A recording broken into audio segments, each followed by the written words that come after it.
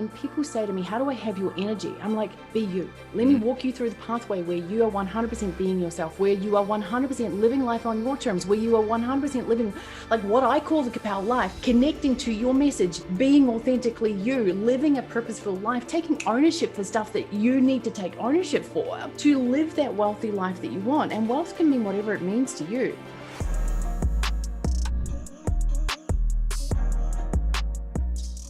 Einstein says we're all full of so much energy, we wouldn't know what to do with it if we could unleash it, but you've somehow tapped into it. How do the rest of us do it? Oh my gosh. Okay. So that is such a beautiful question. So I'm Liz Benny, the Queen of KAPOW, the leader of the Happy Millions Revolution. And one thing that I do is I also lead the KAPOW movement. And what KAPOW actually means to me, other than something that like Batman like used to say and all that sort of stuff. Right. Honestly, legitimately, one day I just started saying the word KAPOW, and it was this expression of energy that used to come through me. I'm like, oh my gosh, this feels amazing. And I noticed on people's faces that when I said KAPOW, they started to smile. I was like, oh, I don't know what's happening here, but that is cool. Whatever is happening out there, that spark out there, I like it. I like it a lot. And then I like being positively influential in other people's lives. So then it turned into, there's a reason why I'm saying this. There's a reason why I'm using KAPOW and it is the way to answer the question, is that I made KAPOW mean something, because people used to say to me, well, what does KAPOW mean? I'm like, oh, okay, what? And then I remember one day I sat, my wife and youngest went away on a trip. And I remember thinking to myself, I really need to work out what KAPOW means.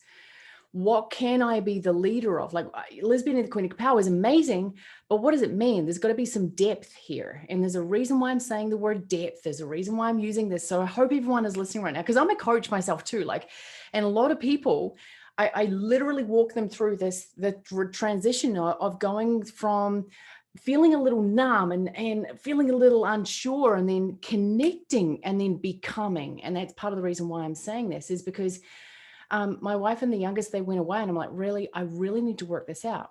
And instead of logically sitting there and going, okay, what can the K mean? What can the A mean? What can the P mean? That sounds like a really great thing. I actually closed my eyes. I just stood in front of a whiteboard with a whiteboard marker. Not a Sharpie, which I was really happy about, because, we all know that whiteboards and Sharpies do not mix. But I stood there, dude, and I was like, what does it mean? And I just let it come through me. Absolutely let it come through me. And I'm like, K, what is this? I should probably say another K, because there was 3 in a row. So, so in terms of connection, so it got to the word, so K became connection. So what we've got to do as entrepreneurs a lot of the time is we've got to break rules first and foremost. So K became connection, A became authenticity, P became positivity, then it became purpose. Because positivity seemed a little bit like, toxic positivity a little bit. And then O was ownership, W was wealth. And the reason why I'm saying that is that when people say to me, how do I have your energy? I'm like, be you. Let me walk you through the pathway where you are 100% being yourself, where you are 100% living life on your terms, where you are 100% living like what I call the KAPOW life, connecting to your message, being authentically you, living a purposeful life, taking ownership for stuff that you need to take ownership for, to live that wealthy life that you want. And wealth can mean whatever it means to you. It can mean a Lamborghini to one person. It can mean snuggling all day to the other person. It really doesn't matter. But to tap into that energy that I have, like, this is me. This is how I live my life. But am I always massively high in energy? Well, to be honest, higher than most, yes. But part of the reason for that is that I'm being myself, period. When I'm not being myself, I'm sapped of energy. Yeah, I'm so glad you said that. And I never, sometimes I do interviews and it takes me 30 minutes to figure out where we're supposed to go. Yeah. I'm not surprised that talking to you and kind of picking up where we left off from our last conversation on your show, it took us not much time at all, because this is it. This is the core truth that I am so passionate about. And it sounds like you are too. And it's almost just science. It's like physics, where physics and electricity overlaps with like psychology, which is just, there is this energy, it's creative to me. It's like this creative, abundant energy that is inside of every single person that, unless you have, I mean, there are people that have really, really tragic chronic health conditions that I think can get in the way.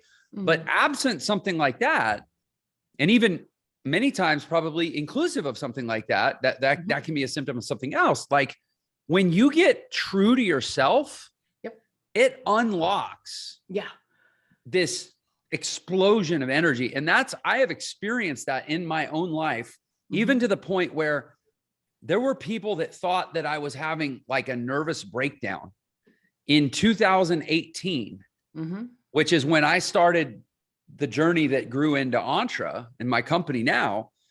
People actually thought something was wrong with me. And I'm sitting there going, no. For the first time, something is fully right with me. Yes. And I've been like a man on fire ever since. Yep. 100%. You need less sleep. You need less food. You got to make sure that you actually remember to eat, because living truly as yourself and doing something that you are truly passionate about. You're not bothered by the things that numb most people. Oh, it's dinner time. Really? Shivers. Okay. Yeah. I want to punctuate what you just said, because team, world, audience, listeners, Liz is not exaggerating. You literally need less sleep and you literally need less food. Yes. Simply because you become more authentic. Because the energy, like you are getting the energy in a different way. It's like a hum and a hum and hum. Like it's like you're humming from within, and you don't need to put so much in to feed the beast, right? Yeah, you're not trying so hard. Exactly. It's incredible. It's crazy. It's like people think that the difference between children and adults is this thing called aging. It's really not, because I will tell you, I have at least as much, possibly more energy than I did when I was a child. And I'm 43 years old. There you go. And I didn't 5 years ago. Yeah. And 5 years ago, I was a tired grown-up. That a lot of people. So I've actually just walked with a client. This is so beautiful that we're talking about this. In 1 month, she's gone from zero business to $200,000, like no business whatsoever. Definitely had a spark in her pants. She definitely wanted to do some stuff. But the one fundamental thing that I helped her with, other than a great business strategy and all that sort of stuff, she could have been plugged in any direction. It doesn't matter. She would have won, because the biggest thing that I helped her do is to become herself, not do this thing out there in the world, not just because you can have, and I'm sure you've experienced this, two people can have the exact same strategy. The person that knows who they are will always win. The person that knows who they are and they are committed to being themselves unapologetically is how I actually say it as well. Like, I'm being me. And I actually just wrote a post on Facebook not long ago. I'm like, hey, look, if you hate me, unfriend, go, off you go. I'm standing for the people. I'm standing for myself. I'm standing for my family. I'm standing for my community. And I'm not going to lower my standards for other people just because I'm too bright for other people. I'm sorry, put on some shades. So let me ask you this. And admittedly, I'm projecting my own experience, because I've run into this before. And so I'm going to assume that you have too, and tell me if I'm wrong. But like, not everybody in the world is created the same, and we wouldn't want to live in a world where they were. And I think so. There's people that say, well, you're a high energy, whatever, sanguine or social or yellow or whatever model they use for assessing personality, and you're this person, and that's just not me. I'm more subdued, or I'm more, solemn, or I'm more melancholy, or I'm more quiet, or I'm more shy, or I'm more modest, like whatever adjectives they want to put on it.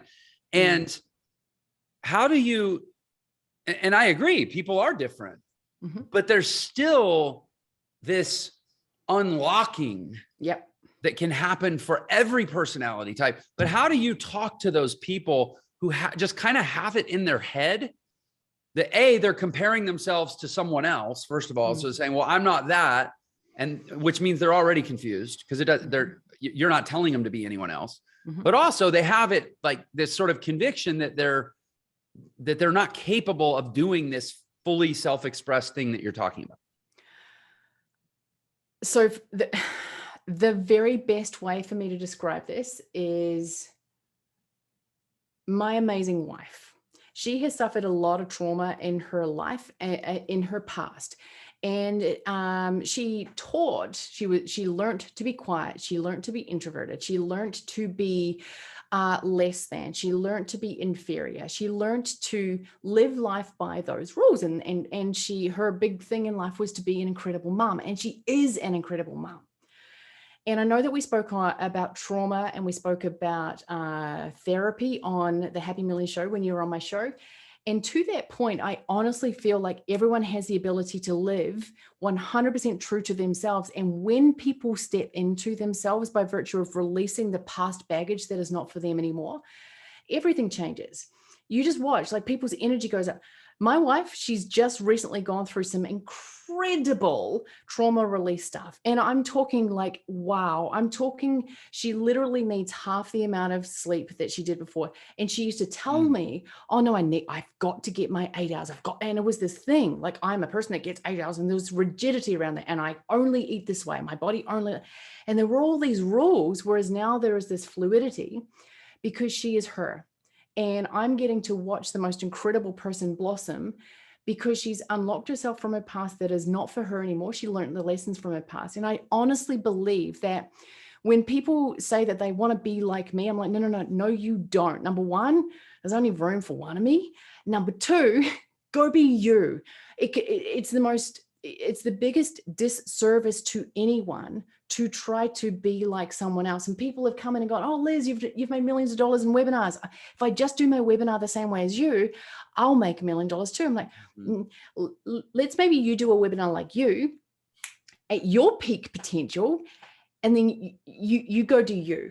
And then when they do that, everything unlocks. It's amazing. So I loved our previous conversation because, and these are, I mean, honestly, it's not only are these my favorite kinds of conversations, I'm fortunate to get to have enough really good, conversations that really light me up, that I'm getting kind of spoiled and maybe a little greedy, where I actually don't want to have any other conversations than that. I get that, by the way. You know what I mean? And it's like talking about trauma. It's like talking about all the messiest, most visceral stuff about being a human being. And none of the fluff really even interests me that much anymore. And we went into trauma. We went into pain and dissociation, and how you kind of like some of the same stuff, like you're separating from your authentic self, usually by trying to fit into something else, or get the approval of someone else, or be controlled by someone else, or just not get hurt by someone else. Do you think that, or in your experience of working with a lot of people through this kind of releasing or growth, or, whatever the term would be, is that typically what you see, is that the difference between who a person is and who a person could be if they were fully expressed, and that, again, I'm using these words, I'm just kind of trying to make sense, is usually a function of some trauma or something that's happened to them that has caused them to kind of shrink and draw back? Or are there other things that maybe happened? Like for me, because I've done so much therapy, and frankly, I don't want to only see the world through my lens, but I tend to always assume that it's trauma. Like, I'm always trying to get to, not in an invasive way, but like, I just know how productive it'll be if we can get to the trauma with people. But is there other stuff, or is it just always trauma? What do you think? Here's what I love about this. I have a new, incredible, amazing friend. His name is Dr. Dane here. He owns a company, or is co-founder of a company called Access Consciousness.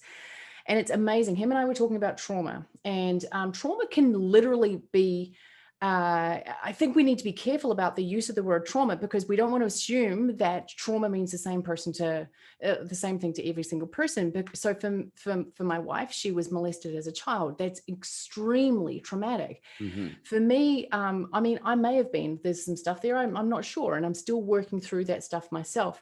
But in terms of like me, I know that I've had trauma by virtue of not being seen as my true self for a great period of time. Therefore, popping myself into this cage of like, I can't be more. No, can't do that. That can be very traumatic to the soul as well, right? And can cause depressive states as well. So I think sometimes I kind of view the world through two different lenses. There is the psychological world of fixing things, right? Something broke, then must fix, which I think is kind of it's a very let's go in and fix it type thing. Whereas I tend to err on the side of positive psychology more. So there's the old model of psychology, and positive psychology is one where you get to focus on flourishing. You get to focus on the thing that you're the best at, and then focus on growing the thing, which is basically growing you.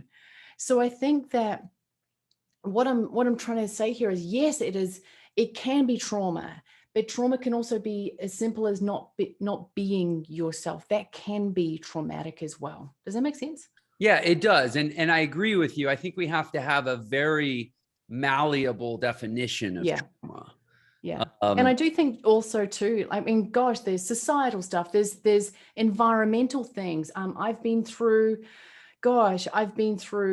over 1,000 earthquakes here in Christchurch, and that's very unsettling. I've been through the Christchurch massacre. People died literally 10 minutes from where I am right now in a horrific event of hate. And those are environmental, those are societal, that's traumatic. And they do change a person in terms of how they show up in the world. So yes, trauma is a big part of it. But then I think that there is a part here too, where there is, the lessons that we learned as a child. There is for a lot of people, they've had to learn or unlearn things that maybe they learned in the church that weren't actually for them in terms of being able to build wealth, as an example. And I'm not demonizing the church in any way, shape, or form. I'm just saying that, sometimes there are things that don't work for a person to be able to step into who they truly actually are. And when a person is presented an environment or creates an environment for themselves where they get to become them, holy moly, like that's where magnetism works. That's where people say, oh my gosh, there's magic. That's where people go, like, I feel like I'm in flow. That's where a person goes, I am, for the first time in my life, happy. Yeah, I have a friend, his name's Larry, and he used to be a Navy SEAL, and he does a lot of work now with trauma. And the SEALs, I mean, they got a lot of stuff they deal with. And by the way, let's please make a note to circle back to positive psychology, because I'm a huge positive psychology and like very passionate amateur. And I know that you actually went to school for it. So like, I hope we can geek out on that some. But regarding trauma, what Larry basically taught me, and he does a lot of trauma work with, like, and this is kind of my point. He does a lot of work with like CEOs, people who are like running big businesses, and the big businesses kind of hit a ceiling. And, big is relative. I mean, maybe it's a $20 million company, maybe it's a $200 million a year company, whatever, but it always seems to like hit the ceiling. And his theory is that an organization, particularly within a certain size, is always capped based on the trauma of its leadership. Because trauma is essentially about control. It's about our perception of our ability to control our environment and control what happens to us. And, as biological creatures, there is no deeper desire than to be able to control our environment so that we don't get eaten by a bear or whatever. And when you talk about like molestation, the reason that is so traumatic is because it usually happens to people that are fundamentally helpless and they already don't have control. And then it violates every sense of a perception of control. And then you can spend the rest of your life literally just trying to regain a sense of control, right?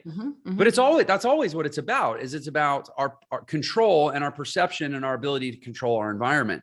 And so I guess, I'm trying to, where am I going with this question? When you're trying to help people unlock themselves, what I've noticed, I'll speak from my experience, is that a lot of times people's fear is that if they kind of call it let go, they're going to lose control. And so it feels like it's going to be traumatic, but in reality, it's only because they've been bearing down, trying to regain control, that part of what they've borne down on is themselves, because they were what got wounded, and they are less likely to get wounded if they stay smaller. And that this unlocking actually allows them to reaccess a sense of control and renegotiate the relationship with their environment, where it allows them to be themselves and actually finally have control for the first time in their life. So that's how I try to walk people through it. And I think the reason I'm kind of probing for this is because I feel clumsy at it. It like makes so much sense in my head, but I can't say that I always get there with people.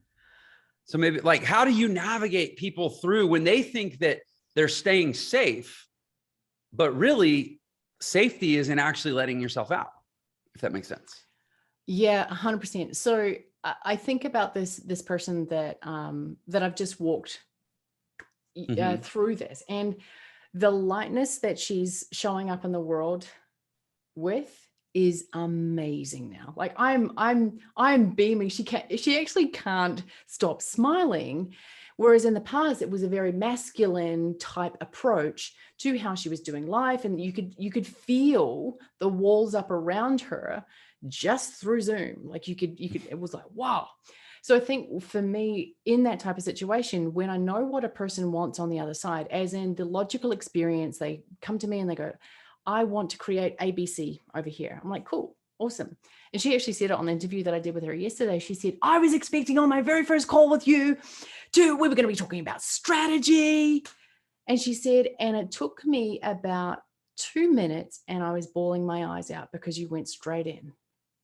And I think that, and she said, you helped me unlock and unpack the stuff that was going to stop me from actually getting what I wanted in the first place.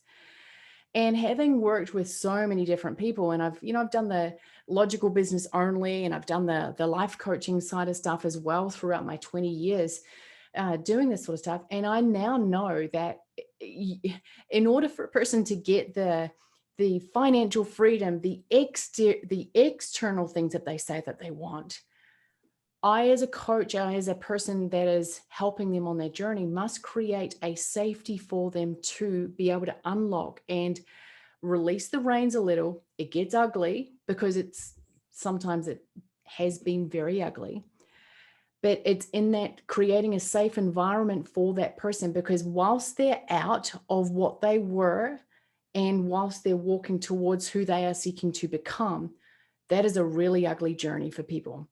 And it's really uncomfortable. It's like, it's safe back where I was. And yeah, but I still want this. And it's like, and it's this pulled between, to use a crass term, it's pulled between asshole and breakfast. It's like, I don't know which one I want. I don't know which one I want.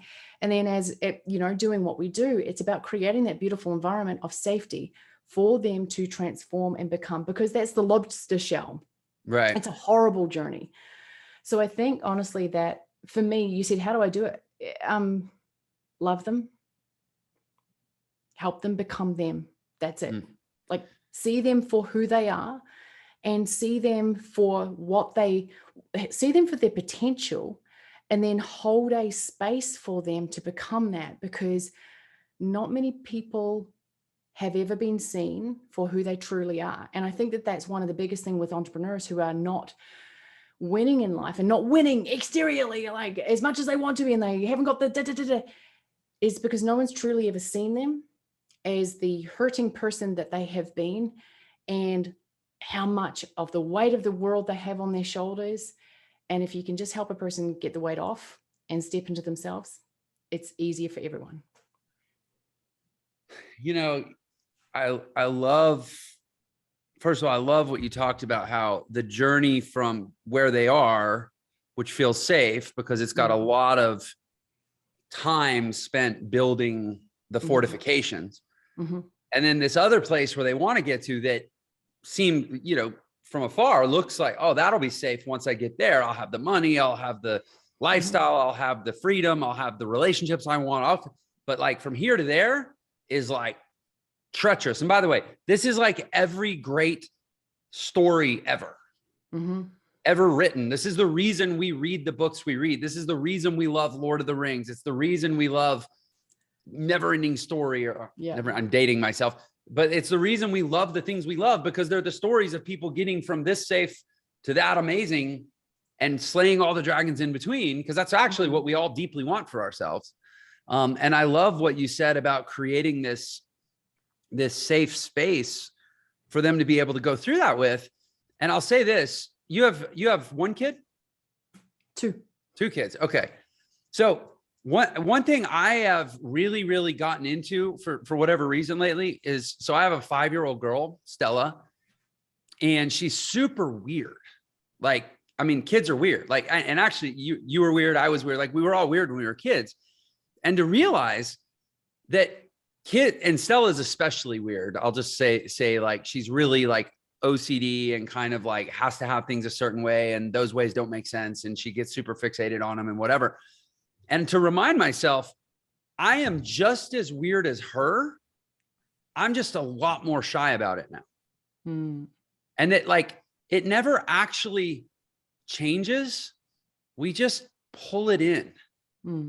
You know, every, and I look at Stella and it reminds me, oh, that's how weird I actually am, because I'm a human just like her. I've just got 30. What am I? 30. She's 5. I'm 43. I've got 38 more years than her of feeling a little bit embarrassed, a little bit a day at a time to let my weirdness show. And so now I'm just a lot more, I seem more socially acceptable or whatever. But actually, like, every time I go the other way and I be like, as a child, like I wonder if we could do this. My instinct is telling me to go to like a very weird place right now. Let's go. Because I'm the one literally sitting here. For those of you watching right now, I'm sitting here holding a crystal, for goodness sake. And I knew that I needed to hold it for this interview. I don't know why. So am I weird? Yes, I am. Let's go. Yes, you're delightfully weird. So, man, I'm like, okay, I think that I really, really trust you, because here you are. I invited you onto my show, and now I'm leading you into the land of weird. And we're going to do this. And I have no idea how it's going to go. And I actually don't even know what I'm about to say, but I definitely know that the audience is probably never going to have heard a podcast like this. Hey, sorry for the interruption. I just wanted to let you know you can get a free copy of my book, The Millionaire Shortcut, which shows you the fastest way to become a millionaire in the new economy. And there's a special link just for this episode in the description. So thanks for tuning in, and I hope you enjoy the rest of the episode. If you were a child, like if you were 5 years old right now, like act like a 5-year-old. Okay. I'm actually having like nerves because now I'm going to act like a 5-year-old. Let's go. Let's go. And I'm going to try not to think about it. I have, okay.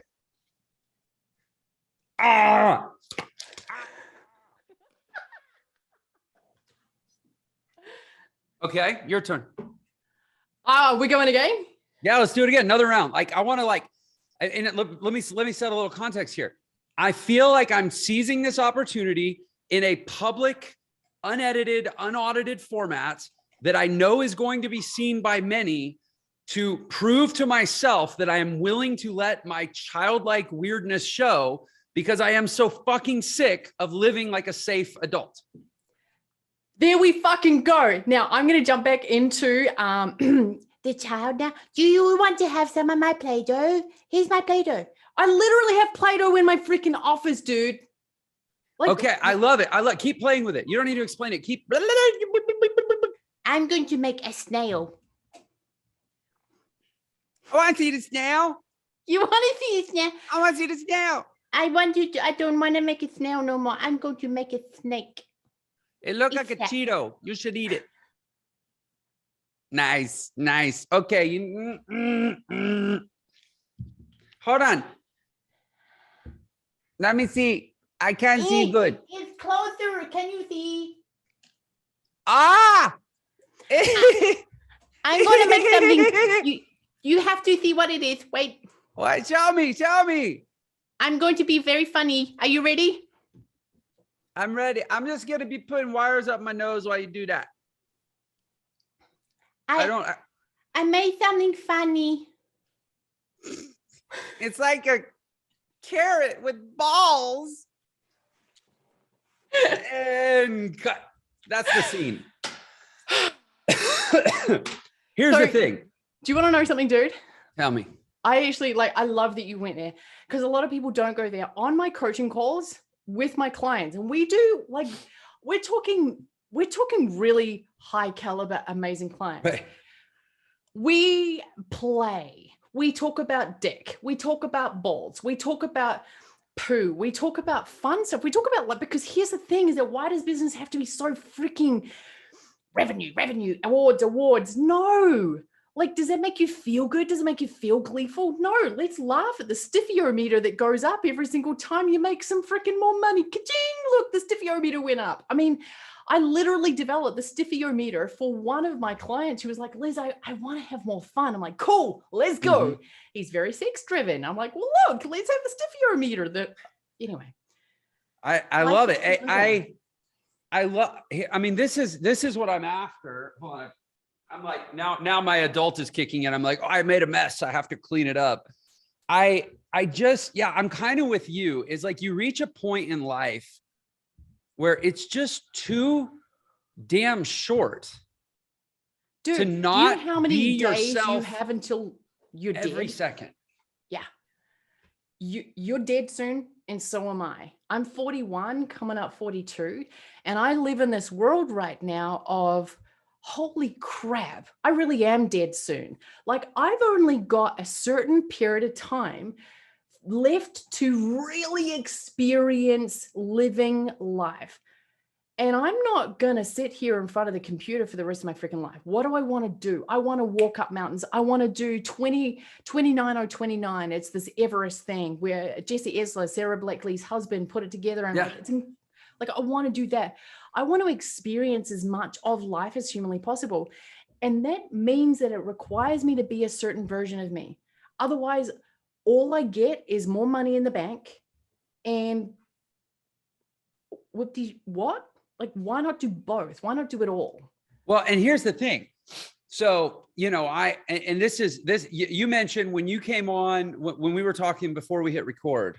And by the way, I just want to acknowledge you. I mean, I think this is like episode 198 or close to 200.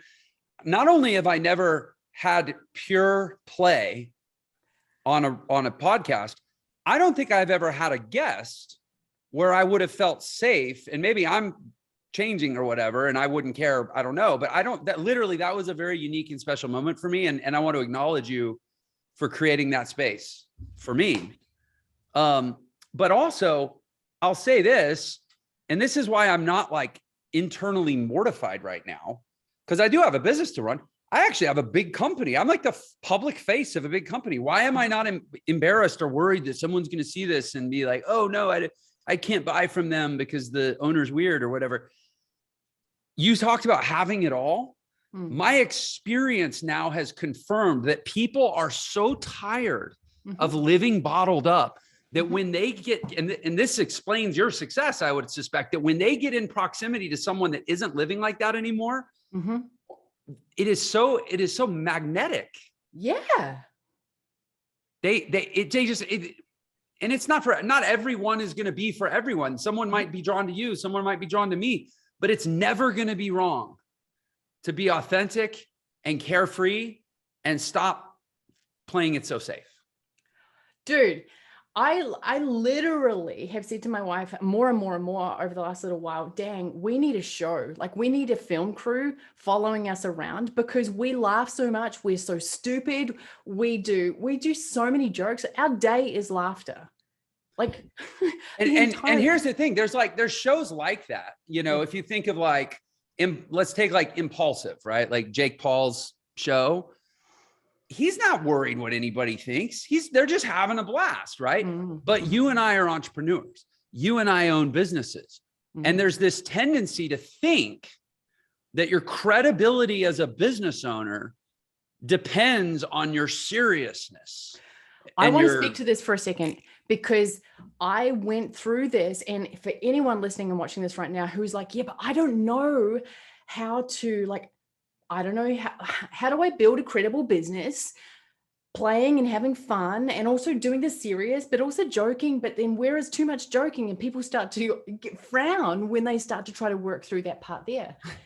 And I'm like, look, I remember when I started making millions of dollars, and on my way up, all I was doing was being me. I was jumping on webinars and going, hey, Ms. KAPOW, Liz Benny here. My gosh, I'm so excited to be on this webinar with you today, tonight, this morning. I could do that verbatim. I could do the webinar verbatim. I know exactly. And people would buy and people would buy and people would buy, not just because of my energy. They actually knew I cared as well. So I was truly being authentic across the entire board. And then I started to become a person that people started to recognize. Then I started to pucker up in a way that I really shouldn't have puckered up, because I started to get concerned, because I started to, oh, Liz Benny, Russell Brunson, Liz Benny, ClickFunnels, Liz Benny, ClickFunnels. Like I'm still on the front page of ClickFunnels right now. I'm on the order page of ClickFunnels right now. I've got my awards up here, whip-de-doo.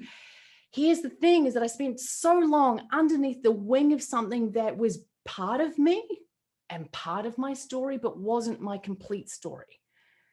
And I stopped being the full buzz because I thought I needed to be careful and be more mindful. But the essence of what got me the success in the first place was me being a dickhead, was me being a person in a same-sex relationship with a Mormon coach. Why did I have to change it? Like, you don't have to be anyone but you. And the more you are you, I just want to make sure nobody missed that. A person in a same-sex relationship with a Mormon coach. Huge. That was pretty great. That is huge. And like Russell and I have actually spoken about that. He's an amazing guy. He's an amazing friend. He's been to my house. He's jumped on my trampoline just out there. Like, it's great. But here's the deal, is that Russell never asked me to change. I never asked him to change.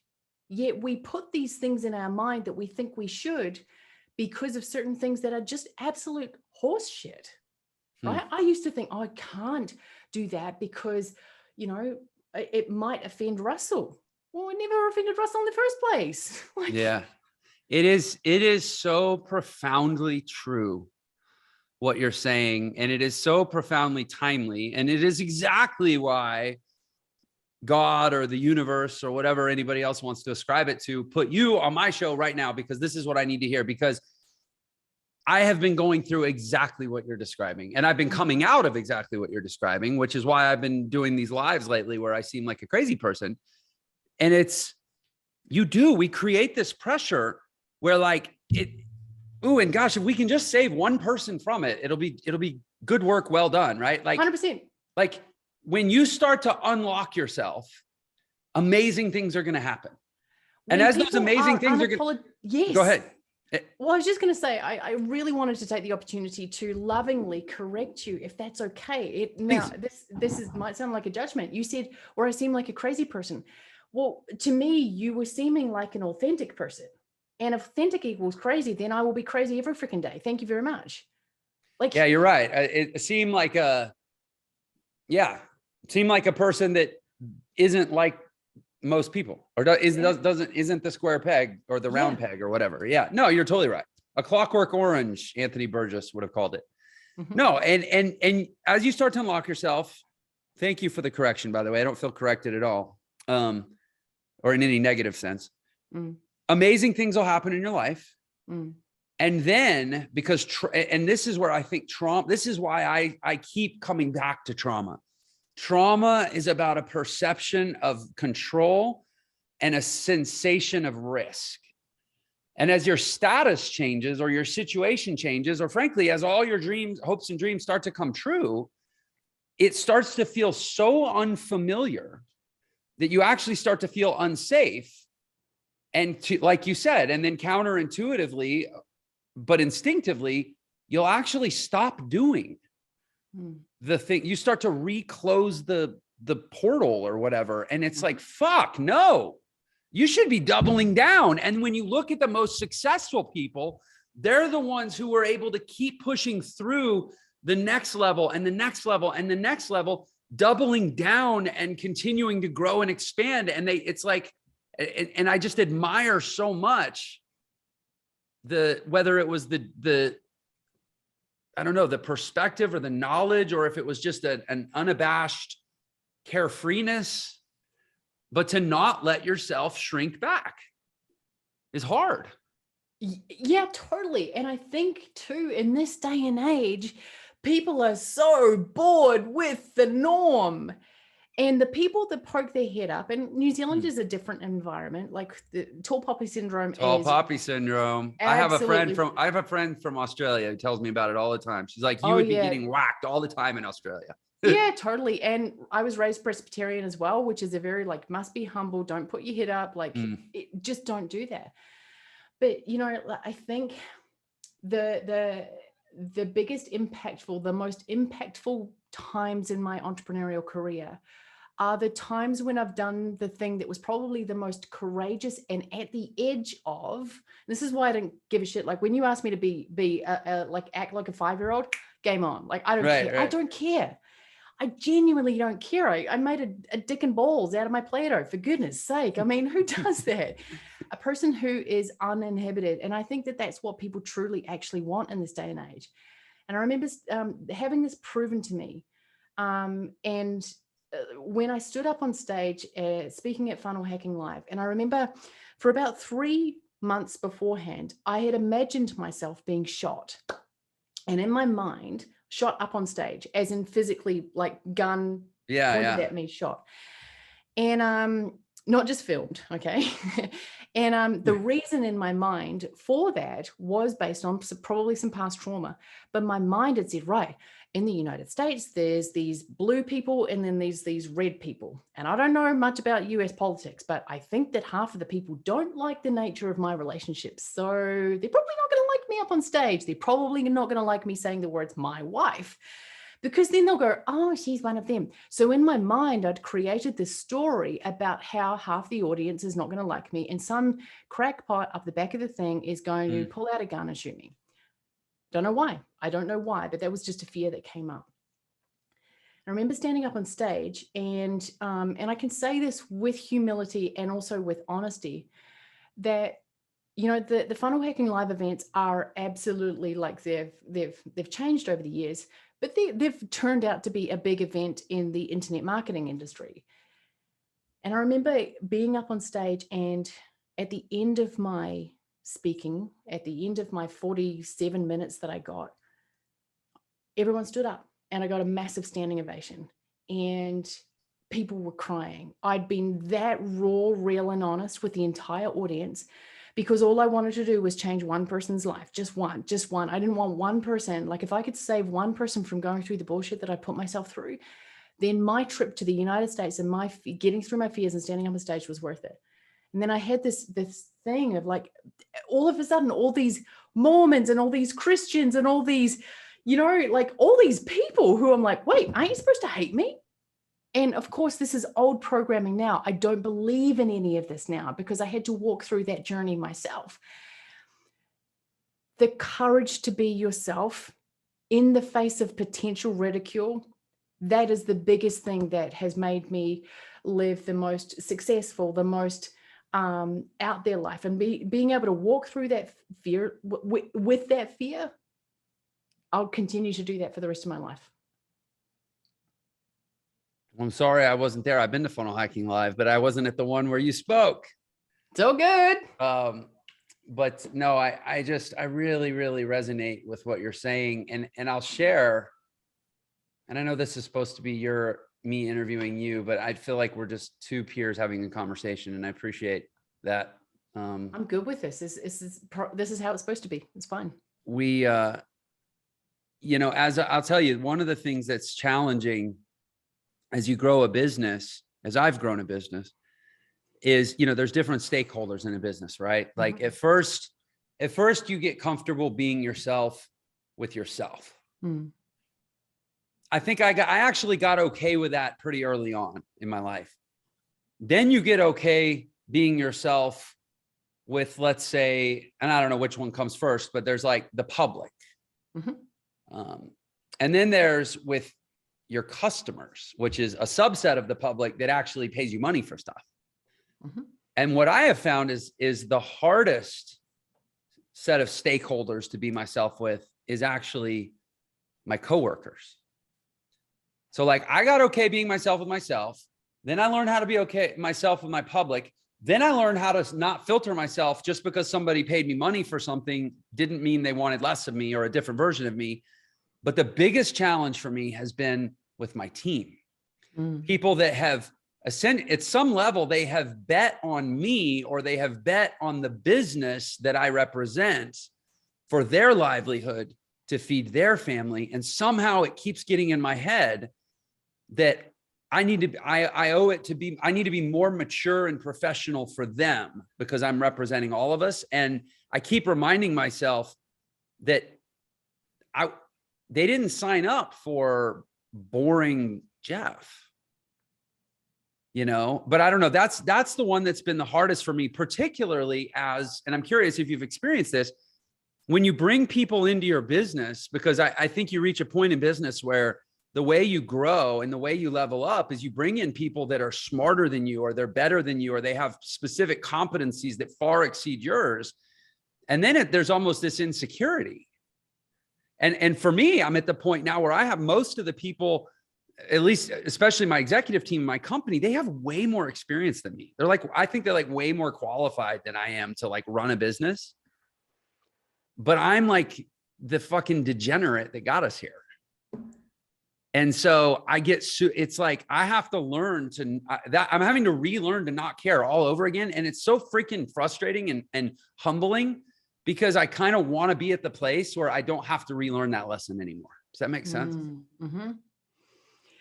Leading a team to help you grow the vision that you started to have the fun and the fulfillment and the freedom. And then that has been hard for me too. Like, I will be really honest about that too, because I've felt this obligation. I felt that thing of like, oh my gosh, these people are betting on me and like, I need to be responsible now. I'm like, right. But I haven't really been and I've tried different versions of leadership. I've been the aspirational leader. I've been the transactional leader. I've looked at all these leadership models. You know, the leadership model that suits me best? What? Be Liz. And I'm being really honest, and I'm not trying to be like all big, you know, motivational rah-rah lady over here. I'm honestly saying that when I try to, you know, yes, there are leadership models that work, and yes, there are processes and procedures that work. And I'm a very anal retentive systemizing person as well. Like, for most people, when they hear that, they're like, you're a system. Yeah, I love systems. I build systems. I think in black and white, but I also do the creative. That's where my weird, freaky genius is I can do both. But I think, honestly, the more I tried to be a good leader and the best leader and the leader that they needed, the more I started to fail, because I was trying to just, like, you know, people believe in KAPOW. People say to me, I had Team KAPOW. And I'm like, holy moly. And what I realize is that they've bought into the vision, that the same reason the customers bought into the same vision. It's the same vision. It's just they want to help me build it. They want to be on the train. They want to be with me. And I don't honestly think that people are, like, to be really honest, yes, people sign up to have a job with you, and people sign up to have a job with me. But I don't think, because of the type of people we are, I don't think they're signing up to have a job. I think they're signing up for fulfillment. They're signing up for the journey. They're signing up because they feel like they're making a difference in the world. And yes, they get money out of it too. So with them, they're getting connection at a different level. Like, holy crap, they get to speak to the great Jeff Lerner every day.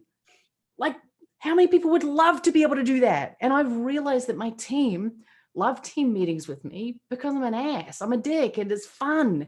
And then we get shit done.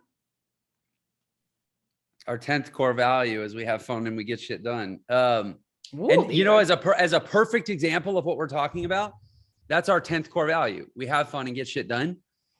And it was actually proposed that we change it to be, we have fun and we get it done, so that we didn't offend anyone. And I was like, I don't think I'm okay with that. Like, I get it, but I hate it. And so we changed it, but that motion got squashed. But that's an example, I think. And I really appreciate, Liz.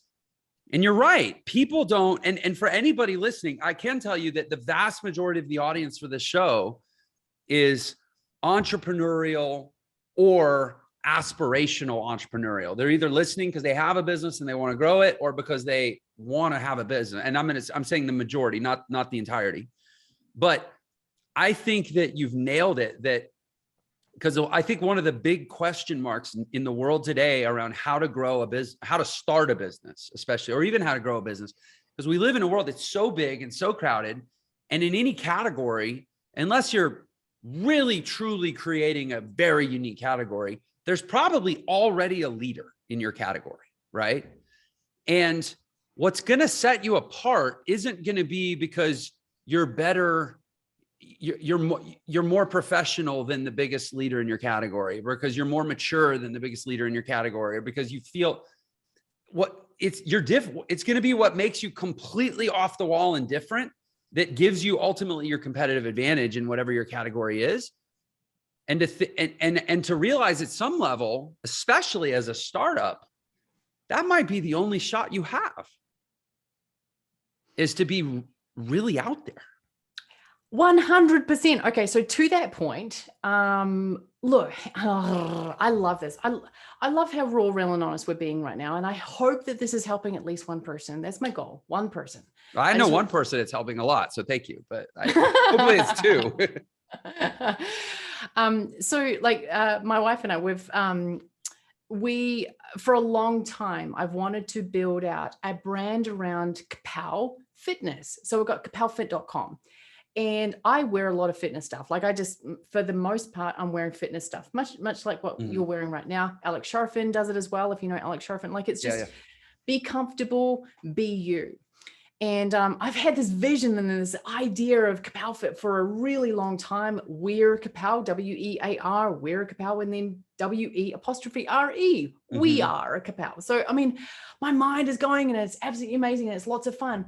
And then, well, okay, well, there's Athletica out there. There is Lorna Jane out there. There is Lululemon out there. What's our point of difference? There's my Lulu. I'm a Lulu. Yeah. Junkie. I love Lulu, and I've got Lorna Jane on right now. She's it's an Australian brand if you don't know. And honestly, I don't want to go in competition with them. They're brilliant companies. It's amazing. But then I was thinking to myself, my gosh, wouldn't it be amazing? And Christy and I were talking about this. Wouldn't it be amazing if we were the faces of KAPOW Fit? She goes, yeah, I'm going to be a KAPOW Fit mama. And I'm like, oh, there you go. And it was like, when you wear your KAPOW swag, you're literally stepping in and you're literally becoming yourself. And it's like, you've got your shield of armor on, you're 100% yourself, you're 100% authentic. And then I said to her this morning, do you know our point of difference? She goes, well, I said, our point of difference is that we are a same-sex couple and nobody can ever take that away from us.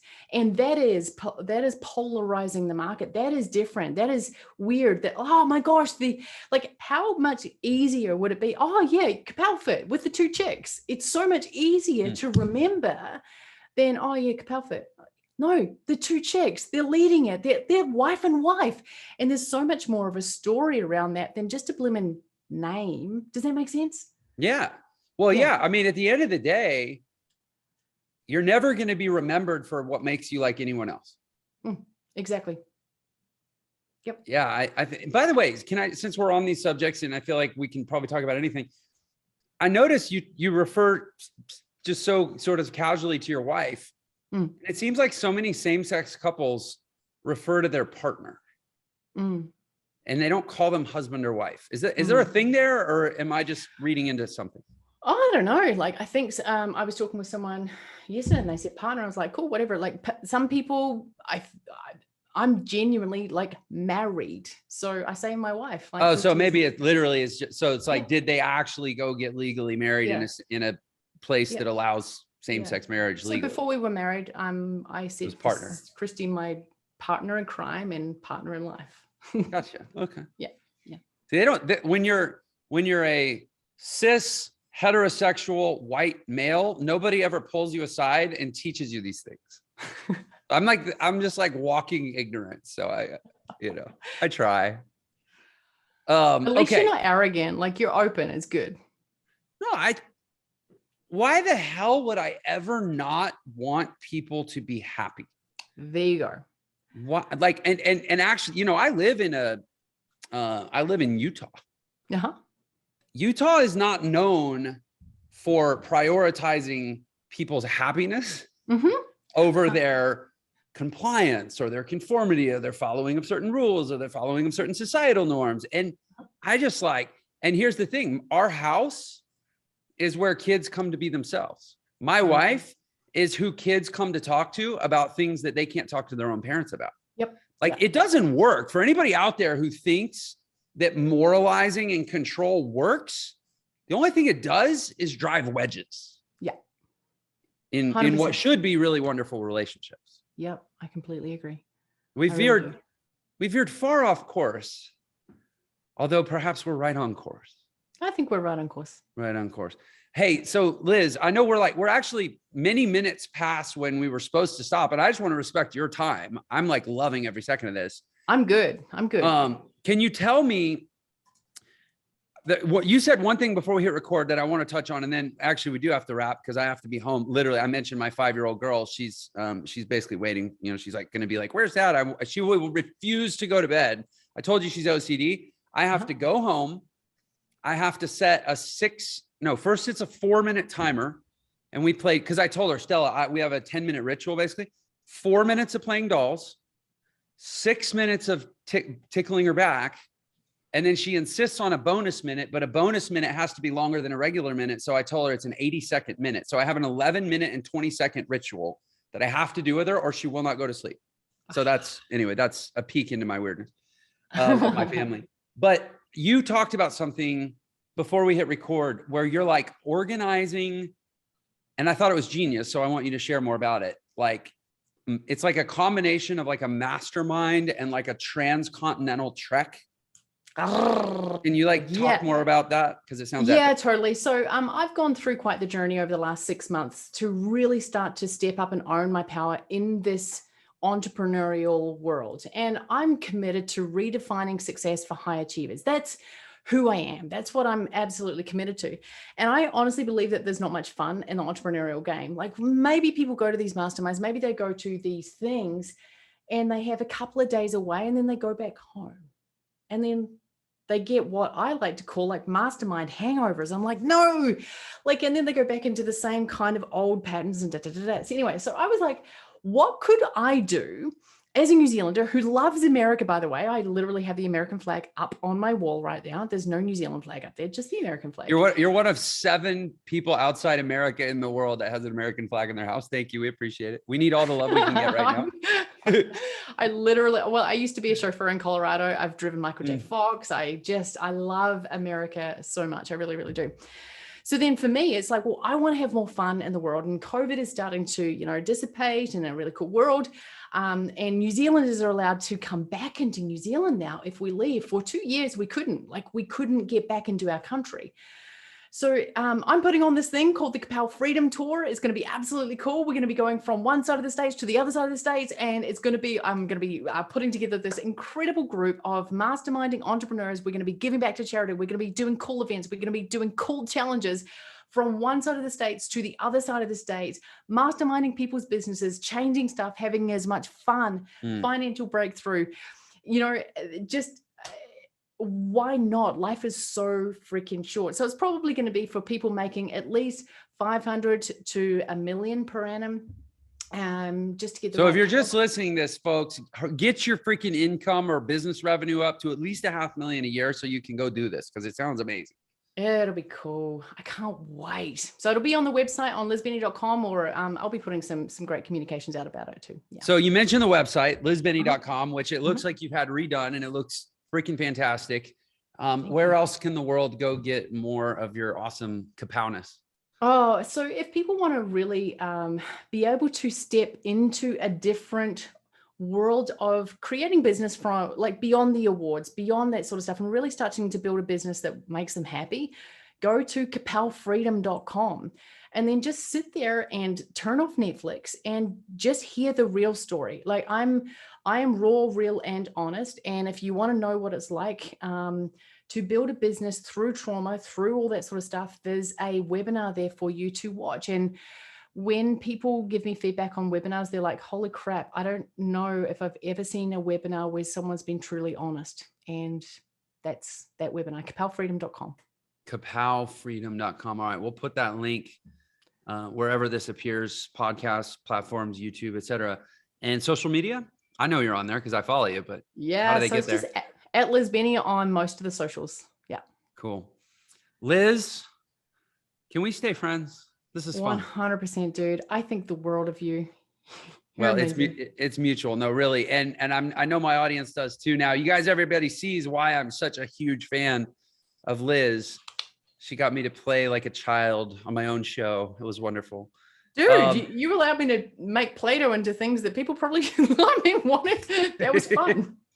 Yeah, that was a lot of fun. I actually can't wait to go home and tell my wife all about it. Great. I mean that like I'll be like, I'm gonna come home. She's like, what got into you? By the way, isn't it like weird? Remember how I was talking about how tired I was earlier?